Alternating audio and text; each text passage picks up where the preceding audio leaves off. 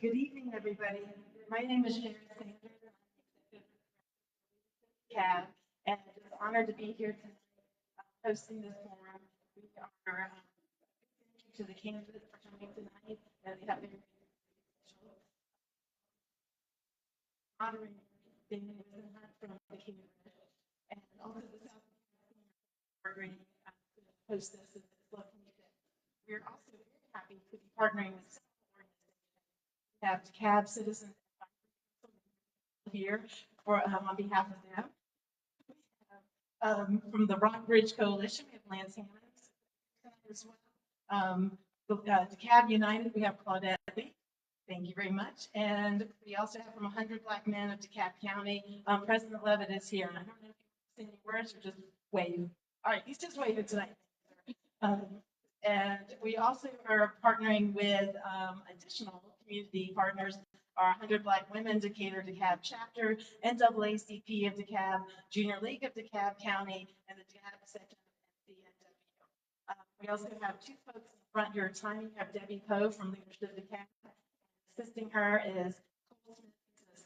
We're just saying test tomorrow, so we're going to let him get out and study as soon as we can. And we also have a couple of volunteers from the 100 Black Men Leadership Academy. They were in the yellow shirts directing off. We had Julian, Reynolds, Tyler, Washington were here helping us. So big thank you to them.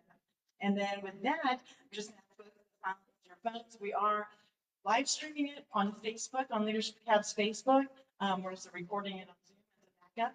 And with that, I'm going to turn it over to our moderator. Thank you. Hi, everyone. Can y'all hear me okay? Yeah. Welcome to the DeKalb County District 3 Commission Candidate Forum, organized by Leadership DeKalb. I'm your host, Decaturish editor and founder, Dan Whisenhunt. So we're going to go ahead and set some ground rules. We're going to be keeping time. Cole over there is going to give candidates a heads up when there's 30 seconds left on their answer. Each candidate is going to get a 2-minute opening statement, 90 seconds to answer each question. Some of the questions are from y'all, some are from me, some are a little bit from column A and column B. And then the candidates are going to get a 1-minute closing statement. We're going to ask that you hold your applause for the beginning and end of the forum, so we have plenty of time to get through all the questions because we got a lot of ground to cover. I would be remiss if I did not mention that Decaturish is having its fall fundraiser. Visit supportyourlocalnews.com to learn more about that. And with that out of the way, let us meet the candidates. From left to my left, going that way, Andrew Bell. Good evening. Thank you. We have Nicole Massiah. Great evening. We have Tommy Travis. Good evening, everyone. And we have Jakequeline Walls. Good evening. So with that, let's go ahead and get started with a 2-minute opening statement. We'll start. One thing I did want to mention is I'm going to rotate which candidates lead off and end each question, so you each have an opportunity to get the last word in or get the first word in, as the case may be. And if I screw up on the order, I apologize. I'm gonna do the best I can. So starting with Andrew Bell, you will have 2 minutes to make your opening statement. Good evening, Andrew Bell. Running for the DeKalb County District 3 Commissioner. I feel that I'm the most qualified candidate on this panel. I look at myself kind of like a Renaissance man. I grew up here. I graduated from Towers High School in 1996. Left and went to Mississippi Valley State in 1996. And 3 weeks after my 18th birthday in January of 97, I listened to the Marine Corps. After I got out of the Marine Corps, I double majored at Georgia State while working a full-time job at Bombardier Transportation. I left there, I went to Spain to study the bar program. I came back, did various jobs, but I ended up at the Federal Aviation Administration, started some nonprofits, and I'm an entrepreneur. So I don't spend my time in government. If anything, I try to fight for the people when the government is overbearing and wants them. I'm gonna hold,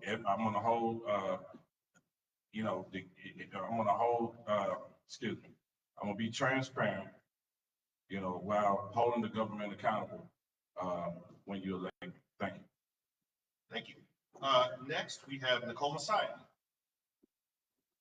Great evening, everyone. My name is Nicole Massiah, and I'm running to be your next DeKalb County Commissioner, District 3. I'm a mom, an attorney, a broker. More importantly, I've called DeKalb home, District 3, for over 20 years. It's where I work, where I worship, where I raise my family. The reason why I became an attorney and decided that I would actually run for office is based on my mother not having a voice, a single mom raising myself and my sisters. And so she didn't have a voice as she went through some legal challenges, workplace discrimination. That poured a lot into me, and that I would become the advocate that folks around me need. That is what I'm here to do in District 3, to fight for what we need and we haven't had in a while. We need improvement in terms of economic development, affordable housing and retention, but also public safety and public service improvement. I look forward to being able to answer your questions and earning your vote tonight for the DeKalb County Commissioner, District 3. Thank you. Next, we have Tommy Travis. Good evening, everyone. My name is Tommy T. Travis, and I am your next commissioner for DeKalb County District 3. I come before you tonight as one of the most experienced candidates for the job. I spent the last 20 years in public service. The last 10 years of that, I've served DeKalb County in various roles, such as appointed to the Community Council, District 3, and the SPLOST Oversight Committee. I currently work full-time for DeKalb County in the IT Department for Public Works, so I know how DeKalb County works. I've been part of policymaking decisions. I've been part of moving and shaking and having different moving different policies from place to place to place. I bring a plan for economic development, public safety, revitalization of DeKalb County's IT, education, and supporting our seniors. I believe that not all these are related, because if you don't have strong schools, you don't have a strong community. Without a strong community, you don't have a strong economy. And I aim to provide the wraparound services to education and build those strong, to help build those strong school communities, to build the communities, and to build the economic development here in South DeKalb County. And again, I bring a plan with my experience and my network of experiences. I bring a plan to South DeKalb that can bring the economic development to the county and improve the public safety by working with the new administration and giving her whatever funding that she needs to improve the public safety here in South DeKalb County. I think that South DeKalb County is full of potential. It's full of potential, but it's up to us to take advantage of that. We have 3 new commissioners starting in January, so I want to be one of those 2 commissioners and that bring about change here to DeKalb County. And again, my name is Tommy T. Travis. I'm running to be your next commissioner in District 3. Thank you. Jakequeline Walls. Yes, my name is Jakequeline. Sorry. I'm so sorry. It's all good. Jakequeline, Jake Walls. I'm named after my father, Jake Walls. That's why my nickname is Jake. I served DeKalb County as a firefighter EMT for altogether 16 years. Not only did I serve, my father was a firefighter too, a retired firefighter as well. While being a firefighter, I started a nonprofit where we teach the youth about horticulture, safety, health, wellness, in multiple events, multiple educational seminars with our youth at different elementary schools, rec centers, and parks. One of the parks which I started. Now I have a non-emergent transportation company where I still serve DeKalb seniors, taking them to and from their doctor's appointments to make sure they get the help and the health of issues taken care of that they need. One thing that I know that DeKalb County District 3 needs is a strong leader, a proven leader, a proven servant, and someone that will include you. And that is what I do to this day, and that's what I plan on to continue to do.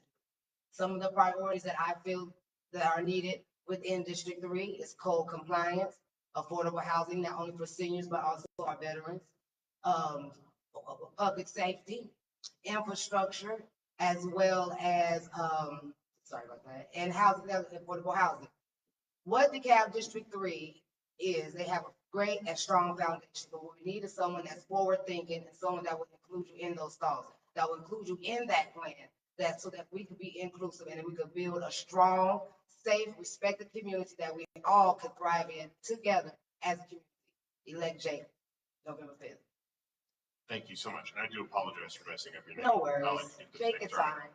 Thank you, Jake. So I did want to mention at the outset of the forum that the seat is currently vacant. It was previously held by Commissioner Larry Johnson. He stepped down to run for CEO. That election happened. He's no longer the county commissioner, and so the seat is currently empty. So I just wanted to point that out. We'll start left to right with this question with Andrew Bell, and Chris in the audience pulled me aside and said that I had not gotten the question quite right at the last one, so I'm going to try to get it right this time. So starting with Andrew Bell, what will be your approach to annexation and cityhood if you are elected? There are a couple communities that are pursuing annexation right now. I was at one of them yesterday, a meeting yesterday at the park over in East Atlanta. And there's a community near Blackstones and Fairville Road that wants to annex. As a commissioner, I won't step in the way of any community that wants to be annexed, and I will defend the communities that don't want to be annexed. Like I was at a meeting, I think a few weeks ago, where there's a community that's trying to be, that Avondale Estates is trying to annex, and the community doesn't want it. So, you know, I'm on the side of the people. If you don't want to be a part of DeKalb County anymore, and you feel that Atlanta or another city is better, then I'm gonna support those people. But if you feel that you're being annexed and you don't want to be annexed, and the government is trying to encroach on your rights, I will defend you. Thank you, Nicole. So, in general, and just took my notes really quickly, the question, but, you know, the issue around annexation and cityhood comes from a discontent with some of the services that are actually being offered. In general, my stance is this, that cityhood without consent of the constituents is just all out wrong. Most of the constituents that I'm speaking with, they have no interest in a cityhood. But before we put any real consideration into whether or not that should take place, we have to consider the control that we would give up by a cityhood. Also, the public services that we would actually get and the tax revenue that we would lose. So there's a lot of analysis that need to go into whether or not we move forward with a cityhood. And I don't think it's just a generalized, question, but we need to make sure we do the proper assessment into those areas and more before we actually put the issue on the table with more forthright. Excuse me. Thank you. Tommy Travis, same question. Annexation and cityhood. Annexation and cityhood are two questions that seem like they're the same, but they're very different. Currently, we have a property over a flat show in District 3 on flat shows that's seeking to be annexed. And there's only three ways that a property can be annexed here in Georgia, which is the 100% method, the 60% method, or by the state representative. So with the properties currently right now, they're trying to do it via the 60% method. And the city of Atlanta is currently verifying all of those people who's in that property to verify if they wanted to be there. Same as such would be the case for cityhood, because that would have to go on the ballot. And I would say that, yes, much like my other competitors up here, I think that is definitely for the will of the people. But as a commissioner, I would give people all of the knowledge that they would need to consider cityhood, because it's not for the faint of heart. Cityhood has to have some sort of economic development. They have to have an infrastructure. If not, they'll be still paying the county. So I definitely would go with the will of people, but I'll give them all the information as long as they follow the rules of the state. I will give them all the information that they need to have to make a decision, and I will go with whatever decision the voters make, and if they're in line with the state law. Thank you. Jake Walls, same question. Yes, like Bell said, we did go to a meeting yesterday, and that was one of the issues that they was having in this community. And afterwards, I did speak to one of the residents that lived in that community since '96, and she said they've been trying to do since '96.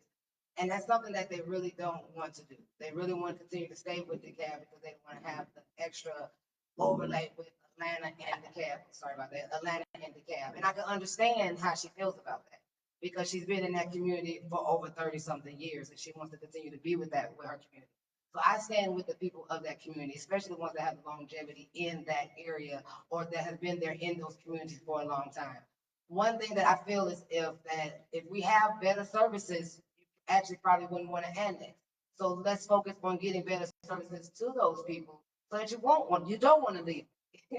We want you to stay. We want you to continue to build DeKalb together. So let's make it to where we can include everyone and add them to the list. Because that 40%, that 60, that's kind of mean to someone who's been living there for 30-something years, and it's only now 10 people in that community that's been there for 30 years, but now 60% has just moved there for 10 years, and now they want you that's been there for 30 years into their, to their city. So I say let's pay attention to the people that have been in the community for the longest, the people that really care for the community in the longest, and let's work together to make it happen with our services so we can stay together. Thank you. Next question, we're going to start with Nicole Massiah. Nicole, what do you feel is the most important issue facing this district, and what is your plan to address it? So one of the priorities for me is the leadership.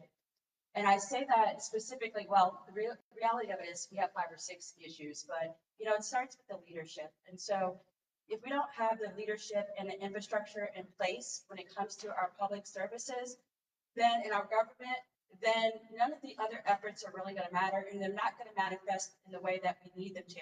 We're not going to be able to have quality economic development if we don't have the infrastructure that we need from a governmental standpoint, if we don't have the authorities and the advisory boards and the commission, that are in unison to make sure that we put those referendums and those policies in place to support some of those economic developments, and if we don't get them funded. Additionally, if we don't have proper transportation, then we're not going to be able to attract some of the businesses that we want to be a part of the economic growth that we actually want. So for me, it's the leadership. There's a lot of other issues. Obviously, it needs to be a comprehensive and multi-point approach to resolving the issue. But if we get that together, streamline that, I think that's a great start for us. Thank you. Tommy Travis, same question. Over the last year on the campaign trail, I've heard a lot of issues that's been going on here in South DeKalb County. And it's hard to pick out just one thing that I would say focus on, but I've heard things from infrastructure to roads and drainage issues to the streets to parks to sidewalks. But one thing that stands out to me is public safety. If you don't feel safe, nothing else matters. And just across the street over there, not a few months ago, they had a Wild Wild West shootout that was caught on the news, where they had a big shootout with machine guns and the whole 9 yards. But by the grace of God, no one was injured. Now, I think that our public safety department is undermanned, and they have a task on their hands because of the fact that we don't have enough officers. I think that if we fully supply our officers, and I understand that the new CEO is not happy with the leadership as well. So once we have a breath of fresh air in the police department, I think that we can revitalize that problem. And revitalizing that problem means getting more officers, getting into the schools, provide those wraparound services to those students. Because let's face it, sometimes some of the students are causing the problem. Some of these young people are causing problems. We got to catch them while they're young and create diversion programs to probably keep them off the streets and give them something to do. So I think public safety is my number one concern, and I definitely want to help to focus on it. Thank you. Jake Walls. One of the main ones for me as well is public safety, being that I was a firefighter EMT for the 16 years in DeKalb. So I've seen firsthand, like you said, the shootout across the street. I would have been the first one on scene, probably holding that bullet, making sure you get to the hospital safe. So it's really close to home to me when you see these young adults or these young children not having that type of direction to be able to pick another choice, to do something different. And with the public safety, I would support making sure we have the right amount of police officers, but not just that, but programs for the kids, for the youth, for our homeless, for our addicts, because we do have issues with that. Sometimes that's a mental health issue. That's why one reason why, when I was a firefighter with my nonprofit, I did those programs in the youth, in the community. I did those health, safety, and wellness events for the youth and for the seniors. I did the horticulture program after schools. I still do things in my community to make sure that we, instead of just having to call 911, but to prevent things from happening. That's what I think we need to start doing when it comes to public safety. Let's try to put some preventive measures in so that we don't have to really focus too much on, we don't have police officers, but we have other resources for our community to be able to thrive with. So public safety is one of my top. Thank you. Andrew Bell. Question one more time. Sure. What do you think is the most important issue facing this district, and what is your plan to address it? The most important issue to me is economic development, because that's gonna spur, everything that's been talked about, the public sector. We don't have the money that we used to have because, Dunwoody's became a city, Brookhaven is a city, so forth, et cetera. So the county is trying to do what it did 20 years ago, and it's not functioning properly. I have a degree in economics from Georgia State, and one of my certificates of concentration was in the urban growth. And I think we have to start with the planning and sustainability department. We have to get somebody to lead that department who has a proven track record of revitalization. Okay, the building codes are out of date. You know, people now are building homes with containers and things of that nature. DeKalb County government is so far out of date, it's ridiculous. We need to, like South DeKalb Mall, for example, we need to revitalize that, get some developments that's gonna bring up the value of the community. We have to get rid of get rid of the blight, the predatory businesses in our community. That's gonna raise the values, and which will have more money for public safety and other things that some of the other candidates talk about. Thank you. Thank you. Next question, we will start with Tommy Travis. Tommy, do you think DeKalb County should spend local money to create affordable housing? That's a tough question, and I mean, we need affordable housing in the worst way. That's very apparent. I think affordable housing, if we spend it, we could be spent for our public service workers, such as police, fire, and any other public works employees as a recruiting tool. Public housing, public housing right now, housing rates are through the roof. And there's not much that we can do to control the rates because that's a state issue. The state legislature controls the rent control, and we don't have any control over them because our Georgia delegation is mostly Democratic and the state legislature right now is Republican. So what we can do is what we can do. I think if we were to use any public money, it would be for some sort of housing that we can use as a recruiting to recruit our police and fire and give them somewhere to stay rent-free here in DeKalb County where they can enjoy the cost savings and it'd be a raise, so to speak, for them. Thank you. Jake Walls, same question. Yes, like I said, I was a firefighter EMT, and one way that I was able to afford my home was through neighbor stabilization program. That was a program that allowed for firefighters to move to a home in a certain area. It's called neighbor stabilization. That means you're going to move into this area to stabilize it. That's what I did. So they gave you about $25,000 to move into a home to make sure that when you get into this home, that you're going to be able to still live in this home and not be furloughed because the bills are low. Yes, I do agree with using some of our tax dollars for that purpose, to make sure that we have our government workers to have housing. And that could be an incentive to retain our public workers, our firefighters, our EMTs, because once they get into the community, not only are they going to serve by you calling 911, but they're going to stabilize the community because they want better where they live also. That I do agree with, but just to take money out of the people's pockets or out of the people's tax dollars, we all need our money, but we all need our safety. We all need our services. We don't want to annex. So let's get to that point right there. But I think that could be used as a good way to retain public service and employees. Thank you. Andrew Fell.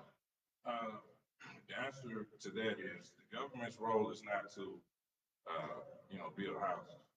The government's role is to create policies that will keep housing affordable. So, and one of the candidates said this, we have to go to the state legislature right now because the costs have gone up tremendously since COVID. So if we could get like a rent control in place for maybe 3 to 5 years so prices stabilize and then we can return back to market-based rent. What we have now is developers coming in, artificially raising up the prices. We have to, get some kind of legislation to prevent these billion-dollar developers from coming in and building these properties and artificially inflating the rent.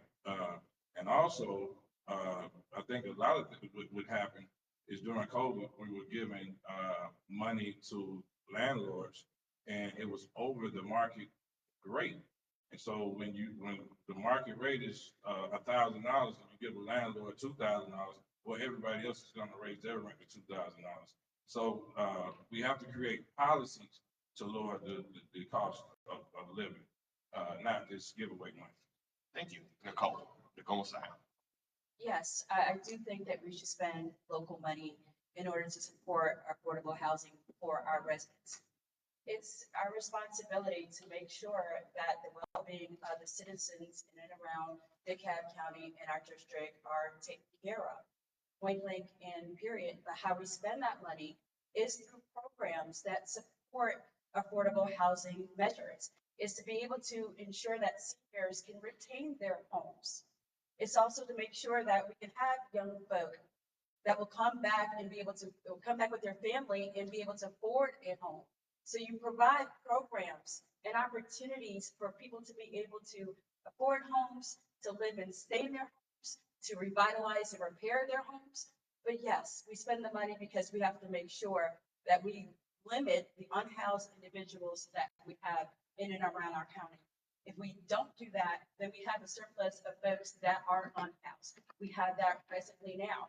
A lot of times we're criminalizing them, thinking that the jails are going to be able to house them. They're going from one encampment place to the other. Yes, we have a responsibility, and I think we should make it a priority and a focus. Thank you.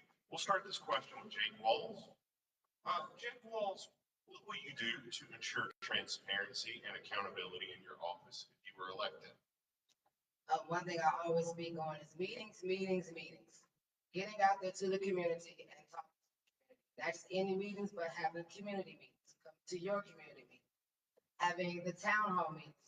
Bringing the department heads that you have issues with, that you need, things taken care of with, to those meetings. So you can ask the person, you can hear what they have to say.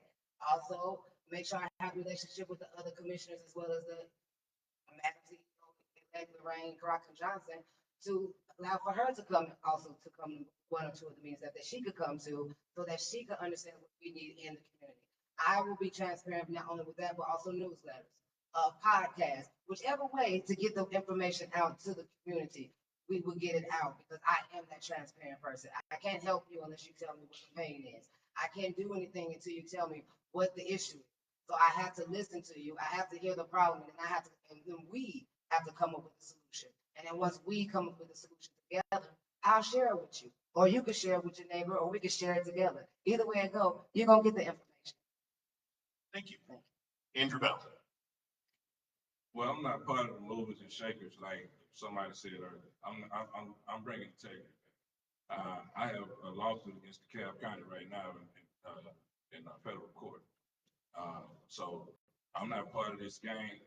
I grew up here. I've seen where the community has gone down. They didn't grow up here, so they don't know how it was. I've seen Atlanta go in the opposite direction. When I was growing up, Kirkwood and Edgewood and East Atlanta was considered the hood. But now, where I live on Glenwood and 285, that's considered the hood. So we've gone in a completely opposite direction. Transparency is not a problem for me. I plan on the meeting that I had yesterday, where three of the candidates attended at Brownwood Park. That community has a meeting once a month at 7 o'clock. And they work with the city council. They have great participation. And that's something that I want to bring to District 3, because we have to get more participants to address the issues that are of a major concern in the community. Thank you. Nicole Massiah. So in order to ensure that we have transparency, one, I think we need to streamline and reinstate some of our advisory boards. I think that's a very necessary evil, if you will, for lack of better words, to make sure that we have another system of implementation and being able to be a conduit between some of the information, that's coming out, and disseminating that with the citizens. That way they feel as though they're understanding more of what is going on, particularly when they're not hearing it directly from their commissioner, because that can't happen always, all the time. But I think also the job of an oversight and advisory board is to make sure that some of those checks and balances stay in place. Another is to make sure that the reports and audits are available and prioritize making them available to the citizens, right? Not just disseminating them via email and having some reports that are available via the website. Make sure they're readily and consistently available and updated on a regular basis. But then lastly, to be accountable and approachable and responsive to our constituents is the other thing. If we're not available and if we're not responsive, then it makes it seem like we're hiding something, right? So we have to make sure that we are always present and responsive to the questions that we're asked, and we answer those questions consistently. Thank you. Tommy Travis. I believe, I'm an ex-athlete, and I believe that you practice like you play. And I ran my campaign as if I'm a commissioner already. I'm the candidate who's 100% transparent in my campaign finances. I've been 100% transparent with county business. I go to I go to commissioners meeting and report on what I find, report on what I see, and I send out a weekly newsletter to many of you here. Many constituents call me when they have a commissioner problem, and I've helped many of you, some of you that are in this room right now, resolve your problems. So to have the transparency that we need, we have to have effective communications. District 3 has over 150,000 residents. It is impossible for one office with staff of 3 people to communicate with all those people manually. You have to use technology to communicate with those people. And I aim to continue to do what I've been doing, which is put out a weekly newsletter, communicate with everyone effectively. Definitely have town hall meetings. Electronic town hall meetings where everyone can get on the phone and express their thoughts, and with the county officials, the directors, and leaders of the county, our staff leaders of the county. So this way we can have accountability, and I've been doing it already, and I will continue to do it as your county commissioner. Thank you. Next question, we're going to start with Andrew Bell. Andrew, how will you work with other DeKalb County officials to address dilapidated properties in our neighborhoods? Well, we have to work together to deal with this problem. I mean, the problem is worse here than anywhere in the county. My plan is to have the commercial businesses that are not up to date as far as 2024 standards submit a plan, an architectural design, give them 12 months to do that, and then give them 24 to 36 months to put that in place. These buildings were here, this area, with a few exceptions, minus the gas stations and the storage units. We do have a new library, and the senior center, which I just found out today, is private. It's not even public. But those are the things that, with accountability and transparency, I'm going to let the community know that that's the case. But we have to develop a plan, because this community was built in the 60s. So, and it's 60 plus years later. So we have to bring these buildings up to par so that it can, raise up everybody's values. The commercial district is what's bringing down your value, not your neighbor's grass not being cut. Thank you. Nicole Massiah. So I think it goes back to a lot of the code enforcement issues that we actually have. So you have property owners, that have purchased, hold on to properties and not properly maintain those properties. And I think it starts with ensuring that there's an enforcement in code enforcement. So there's some amendments that actually need to be made to the ordinance. And I also think that it's a good idea to take some of the, take code enforcements from under the auspices of sanitation and put it under policing, right? And I think that will, one, ensure that people understand how serious it is, but also I think it'll make sure that it'll help for the courts to better respect when there's constant, code enforcement issues, particularly by a constant actor. So you have some folks that no matter, how many times you write them up and they get a citation, they will just keep doing the same thing over and over and over and over again. You keep having the same results. So I think to enforce code enforcement, but then also, lastly, is to ensure that they know that there's actual victims, when the properties aren't maintained because they lend themselves to crime and other issues. Thank you. Tommy Travis. Absolutely. How will you work with other DeKalb County officials to address dilapidated properties in our neighborhoods? Well, dilapidated properties and blight, just call it for what it is something that's usually identified first by code enforcement. So obviously, code enforcement would be the first to identify, but I definitely would collaborate with the magistrate court officials to see if there's something that can be done about it, because ultimately, once a code enforcement citation has been written, it goes to the magistrate court. So after that's done, if the owner truly wants to get better, he doesn't know how, then I'll definitely sit down with Mr. DeBar's team at the side of the cab and try to devise a plan that will help alleviate this blight down here. Which if the owner has a good solid business and just has an ugly outside facade of his business, maybe we can get some funds to help him clean up his facade. And if you do it one business at a time, before long, we have a nice South DeKalb to look at, and we'll be moving forward toward the South DeKalb that we once had.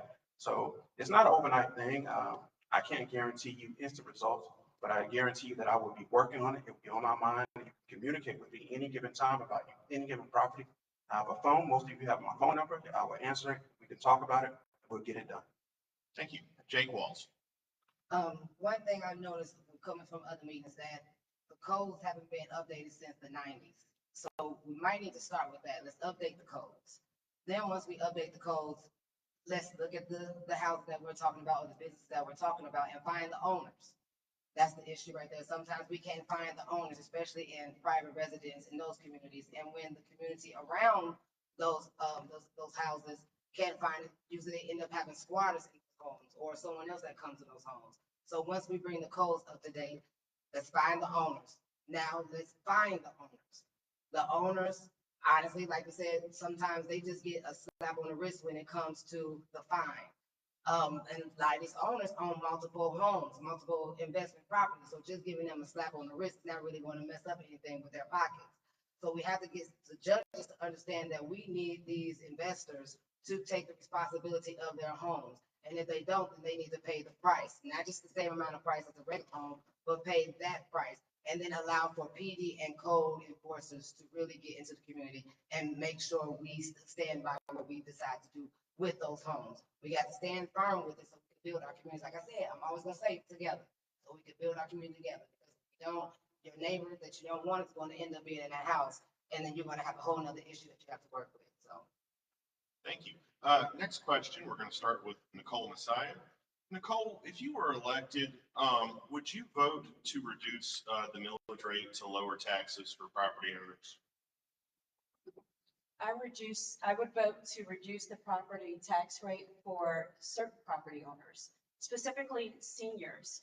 I believe that there just need to be systems in place and policies put in place, like tax relief for seniors, particularly because a lot of seniors aren't having elementary, middle, high school children. Right, so sometimes it's upward of 27% of the millage rate that actually goes in the tax bill that goes to, paying for education, and those seniors don't have students that are actually in school. And then also you have a lot of seniors that are on fixed income, and so that makes a difference to them. Paying that extra amount or paying that amount, that percent, when they don't even get to realize the benefit of it by having children in school, I think is improper, and I would reduce, particularly for seniors in that case. Thank you. Tommy Travis. That is a question that is interesting, because the millage rate, let's look at what it is. The millage rate is driven by property values. And that goes to our earlier question about housing costs and such.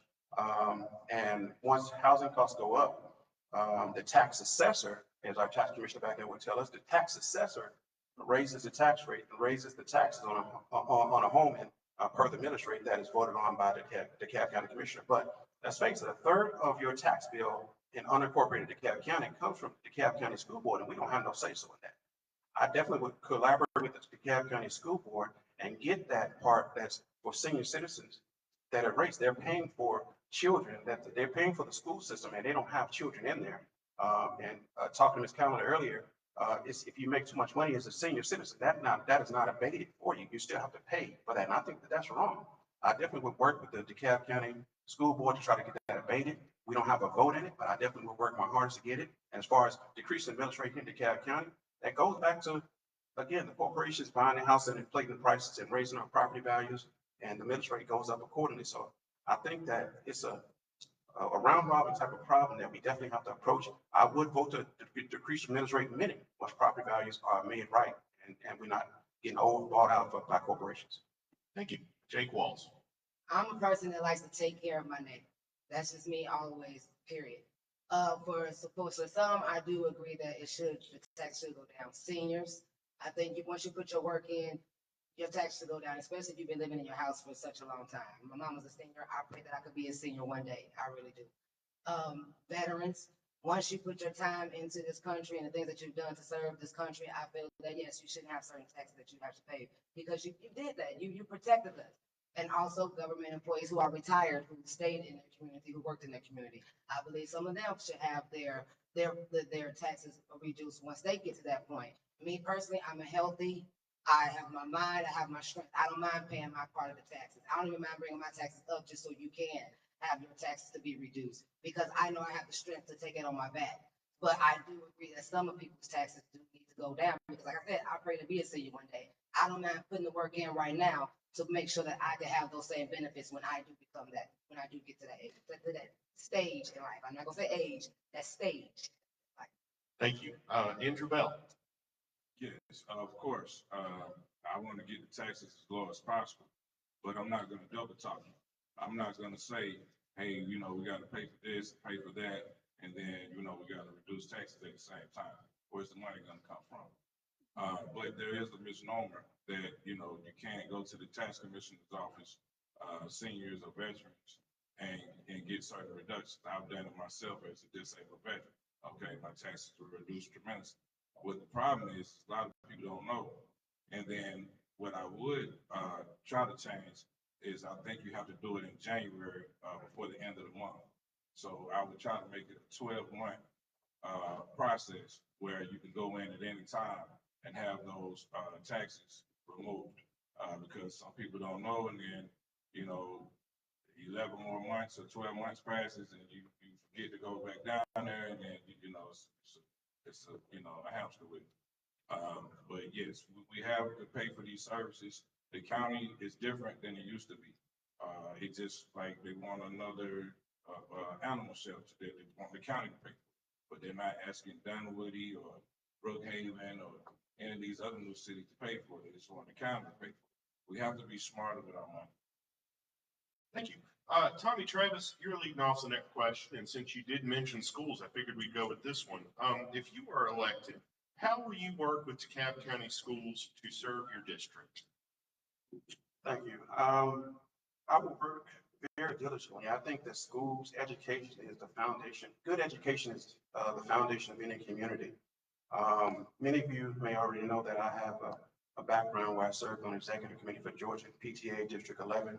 And I've worked closely with a lot of the school board members that are currently there and have relationships with them.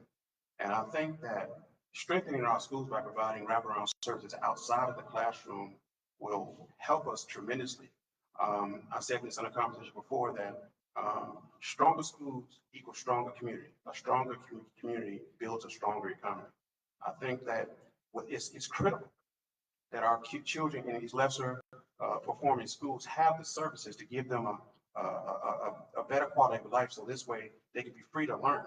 We are in District 3, we have the fortune, I should say, of having some of the lower performing schools, and we have some of the highest performing schools. In the lower performing schools, those children may not have food to eat, they may not have a place to stay. It's literally a life or death decision almost every day. Some of those parents have to decide whether they want to eat or pay rent. So I definitely want to be diligent about working with the schools, identifying those parents, provide those wraparound services from mental health to food to housing, provide those wraparound services to strengthen our schools and help strengthen our community. Thank you. Jake Walls. Repeat the question, woman. Sure. If you're elected, how will you work with DeKalb County Schools to serve your district? Like I mentioned before, I'm already working with the DeKalb County schools. I have Cedar Grove Elementary School. That's why I started the gardening program, horticulture program at, and also help them with getting their rec room for the students who are doing good.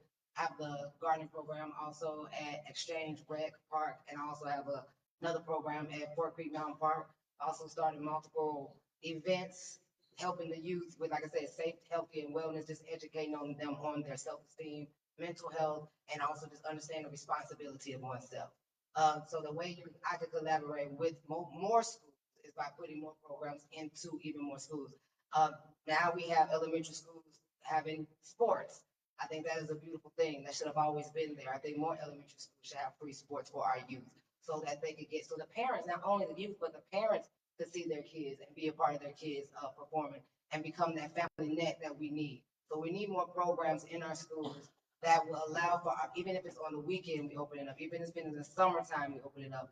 The youth need to have something to do, and we need to give them something to do that will also bring their family into the unit and make it the whole, like I said, I'm gonna use this word again, make the community thrive together. So that's a big part of what I'm doing already in the schools. Thank you. Andrew Bell. Yes, like as on my campaign material, I want to partnership with the schools because DeKalb County Schools has a lot of money, first of all, and way more money than the county's budget. And we have to get kids and programs and provide them opportunities, positive opportunities that's going to keep them from doing negative things. And, you know, we have to get more skilled trades, things of that nature. My thing is to probably start at 8 as to not affect any of the private, you know, daycare places or whatever. But we have to get some after school programs going so that people can, and for free. So that, because a lot of the worst areas, you know, if you're a single mother and you have 2 children, and like, for example, in the summertime, they say, well, it's just $66 a week. Well, that's a lot of money to come up with in a month's time to provide, you know, summer camp. Now, I was here, I remember when summer camp was free. The only thing your parent had to pay for were field trips and if you wanted some special snacks or whatever. So we have to get back to when things were cost effective, where they had positive programs for the youth. I remember. Thank you. Nicole Massiah. I think one of the things that I can do as a commissioner in collaboration is to collaborate with, can you hear me? Okay, is to make sure that I'm collaborating with the school system as it relates to some of the upcoming workforce efforts, right? To prepare the youth, it's the whole point is to teach them, make sure they're educated and are aware of some of the economic endeavors that are coming down the pipeline and some of the skills and the trades, the experiences that they need to have to prepare them to work with and here a part of the county. Make sure that they're trained, they know what's going on, that the curriculums can reflect, or some of the programs that are taking place can reflect the things that we're putting into place, the initiatives we're putting into place, so they can be a part of that economic development as well. So I think that's one of the things that we actually do, opposed to, you know, just focusing on, you know, supplementing after school care or summer care. Make sure that they're prepared to go out in the workforce here in DeKalb. Thank you. We have time for one more question, and we're going to start that with Jake Walls. Jake Walls, what is your greatest priority when it comes to economic development in District 3? As you know, I have my own business as well, non-emergent transportation company. That's very important to me because it gives you a sense of ownership in your community. When you have that sense of ownership in your community, you want to see your community thrive. You want to see your streets clean. You want to be able to make sure your business thrives through your community. I believe in District 3, we have a lot of entrepreneurs in District 3. Might be hard for them to get their business license. It might be hard for them to start that business, but we have a lot of entrepreneurs in District 3. With that could become the economic development that we have within our own district to build up our own economic development within our district. That's very important to me because that brings that sense of pride to your community when you have that. It's all a part of the same wheel: economic development, infrastructure, code compliance, public safety, affordable housing. All of that could help one another bring each of it together. So like I said, I agree with economic development, and I think it's a very much so important issue when it comes to any thriving community, any thriving. Thank you. Andrew Bell. I think, for us economic development, we have to basically focus on about 4 areas right now. That's, the Glenwood, Columbia Drive area. That's the Candler-McAfee area. That's South DeKalb Mall, district, and probably Boulder Crest at 285. We have to get comprehensive plans, and lay out those plans. I don't know, 10, 20-year plan as far as the type of development that we need. We have to get a moratorium on these gas stations. They're basically just gambling centers, you know what I mean? Now they got a little smarter, they put up a little wall, you can't see the people gambling. But, you know, that's what they are. You go in and you see 10 cars outside and you're the only one in the store. And they're making a lot of money, but it's not coming back into the community. And we have to stop these predatory businesses from coming into the community. I say at least a 10-year moratorium. We got enough gas stations. We got enough storage units. They've been selling us out for years, and we have done nothing about it, myself included. That's why I'm running for office, because we have to stop this stuff. This is what's bringing down the community. Thank you. Nicole Massiah. I think one of the ways that we can improve economic development here in DeKalb County is being more attractive to some of the businesses that we actually want here in DeKalb County. There's a number of things that we can do to facilitate that. Again, for me, it starts with leadership, but within that, it's streamlining some of our permitting and licensing processes so that, you know, it's not that the businesses are expecting that the county actually necessarily respect their bottom line, but understand that they actually have one. Make sure that there's other infrastructure put in place as it relates to affordable housing as well, and the roads and code enforcement. Those things that businesses need, or the businesses that we need and want here in our county, have the infrastructure in place, have the security in place to know once they invest into our county and put those businesses here in our county, that they're going to have businesses that sustain year after year after year. Or else, I mean, again, this is business. Why would they want to come into a county when they can't do, they're uncertain about whether or not their business is going to be well taken care of? The other thing as it relates to public safety, right? We need to make sure that we're improving that as well. Same point, to make sure that the businesses are protected also. But I understand definitely the proliferation of gas stations and some of the predatory businesses, but in order to have the businesses that we want and we need here in our county, we have to make it advantageous to do business here in DeKalb County. Thank you. Tommy Travis. Could you repeat the question? Sure.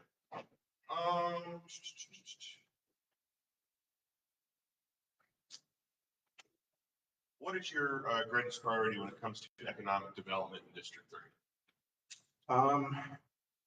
To get it better. I mean, frankly, the Bureau of Labor Statistics recently quoted as of mid-2024, the unemployment rate in DeKalb decreased by 3.2%. So we're going in the right direction as a county of a whole, but that does not necessarily speak to South DeKalb. In South DeKalb, economic development does not come without fixing the underlying problems. The underlying problems with public safety, the underlying problems with the educational systems, the underlying problem with infrastructure, the underlying problem with roads and drainage, the underlying problems with transparency. So we have a lot of work to do, but you have to have a commissioner who can get the job done. I understand the process. I understand the red tape of DeKalb County. I understand the business. I understand how to get stuff done. You have to have a commissioner who comes in after the special election and hit the ground running from day one and move on the things that need to be moved on here in DeKalb County. Economic development is a top priority. Make no mistake about it. But you have to have a commissioner who can get that done, because I'm unlike, well, I would say I'm not giving you promises. I'm giving you facts. The things that I can do is what I say I can do. I don't make any promises. I don't make any false promises. I don't make any empty claims. Things that I can do, I will do. And I'm the best man for the job. And I hope you guys will move in that direction and know that economic development is a holistic problem that we have to solve the underlying problems. Thank you. And that is all of our questions. We're going to move into a 1-minute closing statement for each candidate, starting with Andrew Bell. I always go first. I'm your commissioner.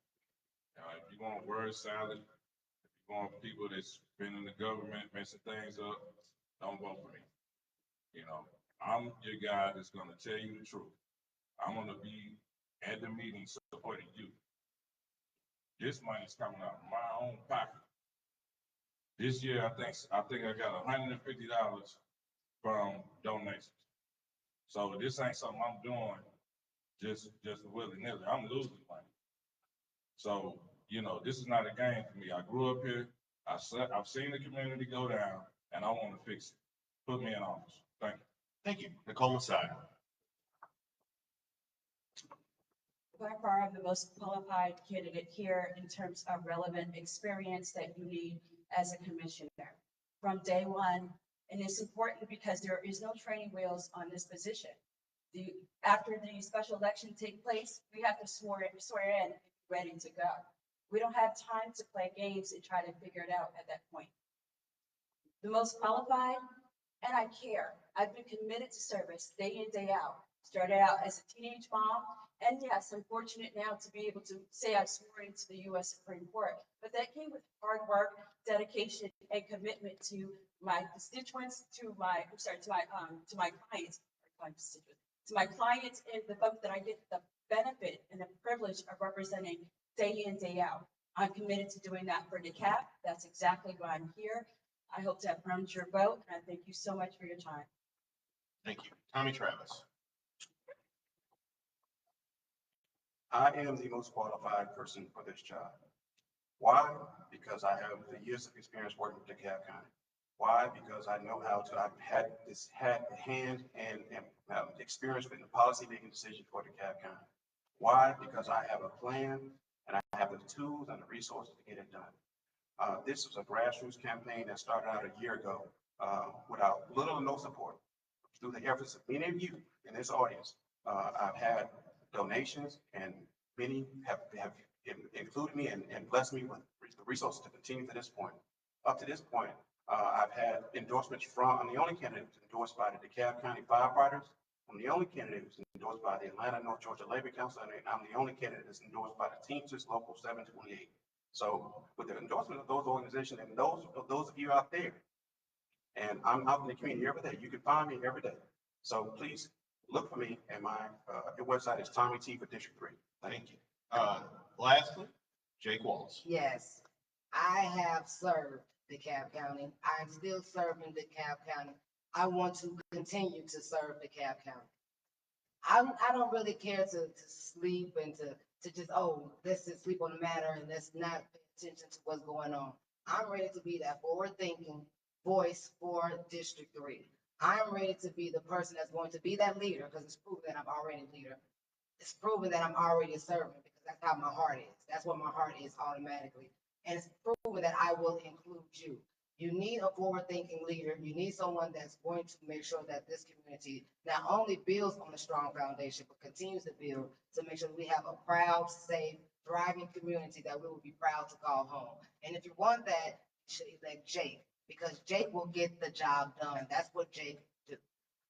www.jakefordecalb.com. You can look me up, or you can ask me questions, or you can ask around and see what I've done. Thank you. Thank you. Let's give all these candidates a round of applause. I want to thank Leadership DeKalb for organizing this forum, and I really want to thank all of you for coming out here tonight, getting informed, learning more about the candidates. Thank you all so much for participating.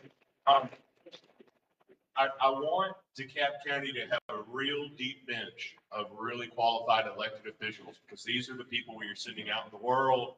These are the people we're sending to Congress, to Senate, and that's why it is so important to get involved and get informed.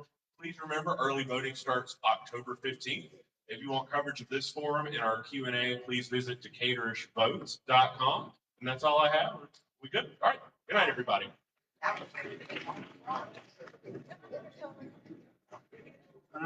Cool. Good job, man. Good job. Keeping everything on point. Yes. How have you been?